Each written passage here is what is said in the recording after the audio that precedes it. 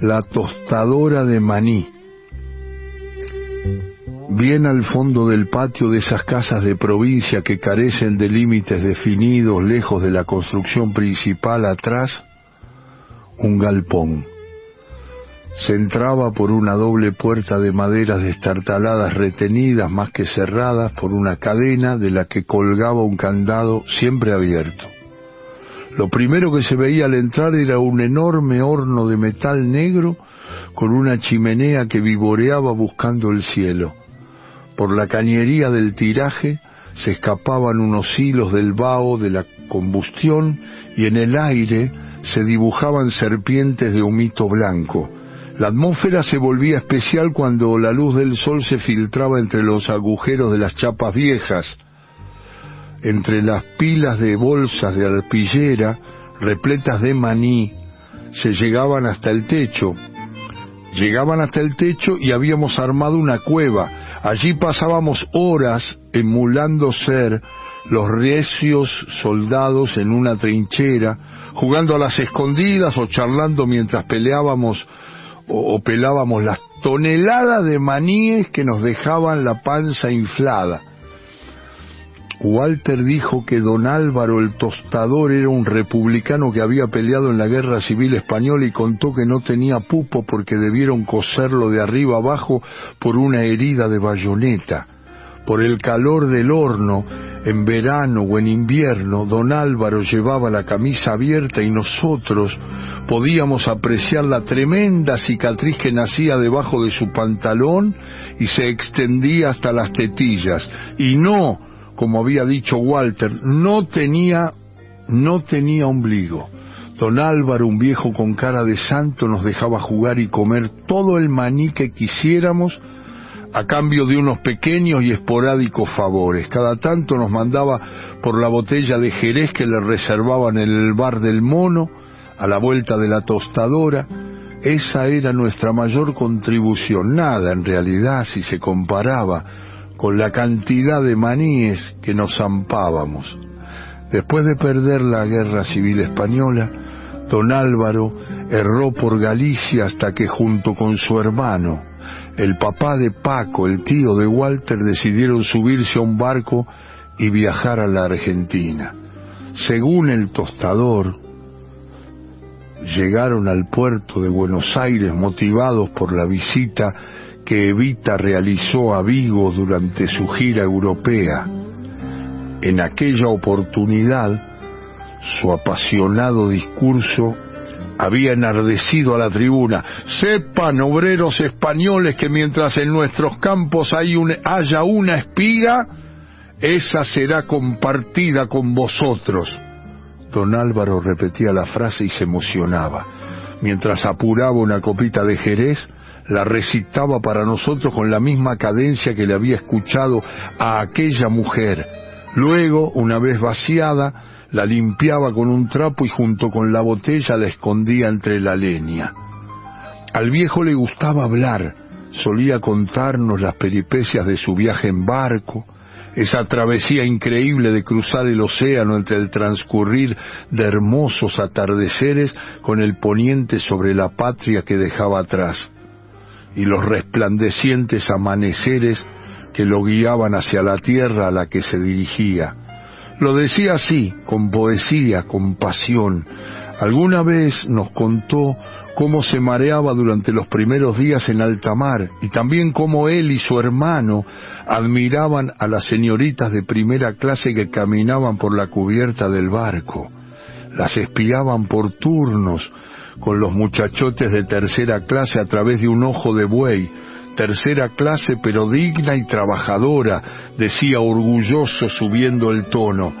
A aquellas mujeres, reconocía sin pudor, solo podíamos admirarlas a la distancia porque parecían inalcanzables, lejanas, imposibles. Hacia el final del atrapante relato su voz adquiría el tono de la tragedia para remontarse a la noche por la tormenta feroz durante la cual en medio de una vomitona general causada por los vaivenes del barco, ayudó a parir a la mujer de un joven matrimonio que viajaba solo y desamparado. Allí, azotados por truenos, rayos y olas gigantes en un camarote maloliente, vio nacer un hermoso niño al que llamaron Álvaro en su honor. El broche de oro llegaba con tono de sentencia.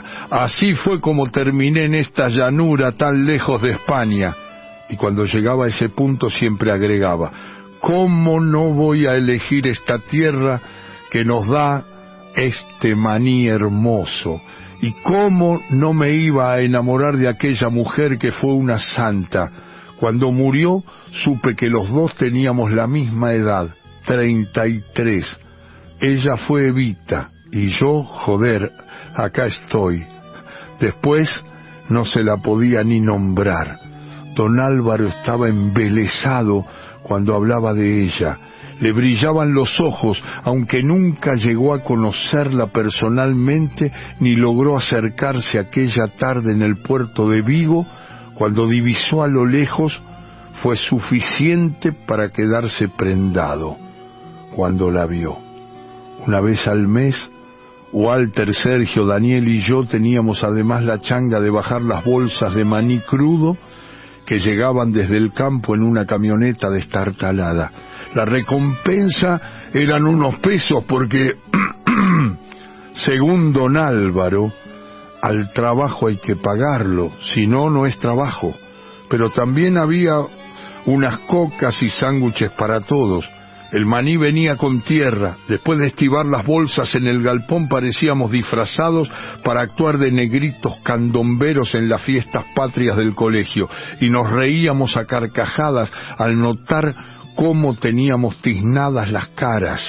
Solo nos quedaban los ojos blancos, los labios pálidos y la boca seca. Eso sí, para comer los sándwiches y tomar Coca-Cola primero había que sacudirse la ropa y luego lavarse bien la cara, bien, y las manos con la manguera del patio en ese orden, o las manos volvían a ensuciarse. Una vez limpios, sí podíamos tomar la coca del pico hasta que nos saliera el gas por la nariz. Todos los días aquel viejo prendía una vela en el pequeño altar que le había levantado a la Virgencita de Fátima en la entrada del galpón, detrás del improvisado santuario donde don Álvaro, escondida, tenía una foto de Evita, y detrás de la foto, bien envuelta, según nos decía Walter, guardaba una escopeta.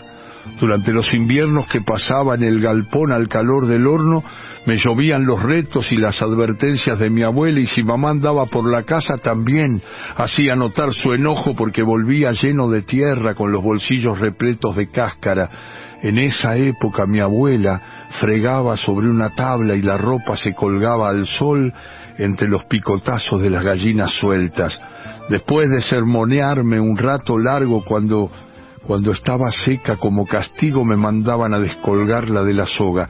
Teníamos la inocencia de los niños. Quizás uno de nosotros, sin querer, entusiasmado con la alegría de haber pasado un buen momento entre las bolsas de arpillera, mencionó algo que llamó la atención de los adultos. Quizá uno abrió la boca frente a la persona equivocada en el lugar incorrecto. Quizá alguno de nosotros, fascinado por la historia de don Álvaro, contó la devoción que el gallego sentía por Evita, y la foto y la escopeta. En esa ciudad pequeña, en época de militares, donde hasta la poesía y la música estaban prohibidas, esa información llegó a unos oídos equivocados. Ese alguien conocía a otro, y ese otro a otro. Fue una mañana, rompieron la puerta de entrada, irrumpieron en el galpón, encontraron todo: el altarcito, la foto de Evita, la escopeta y la botella de Jerez.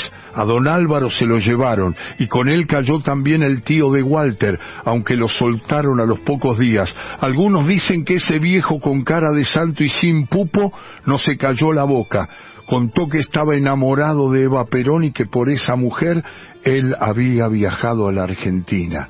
Después de aquella mañana, a don Álvaro no lo volvimos a ver, y el tío de Walter, que pareció envejecer de repente, nunca más nos permitió entrar a la tostadora de maní.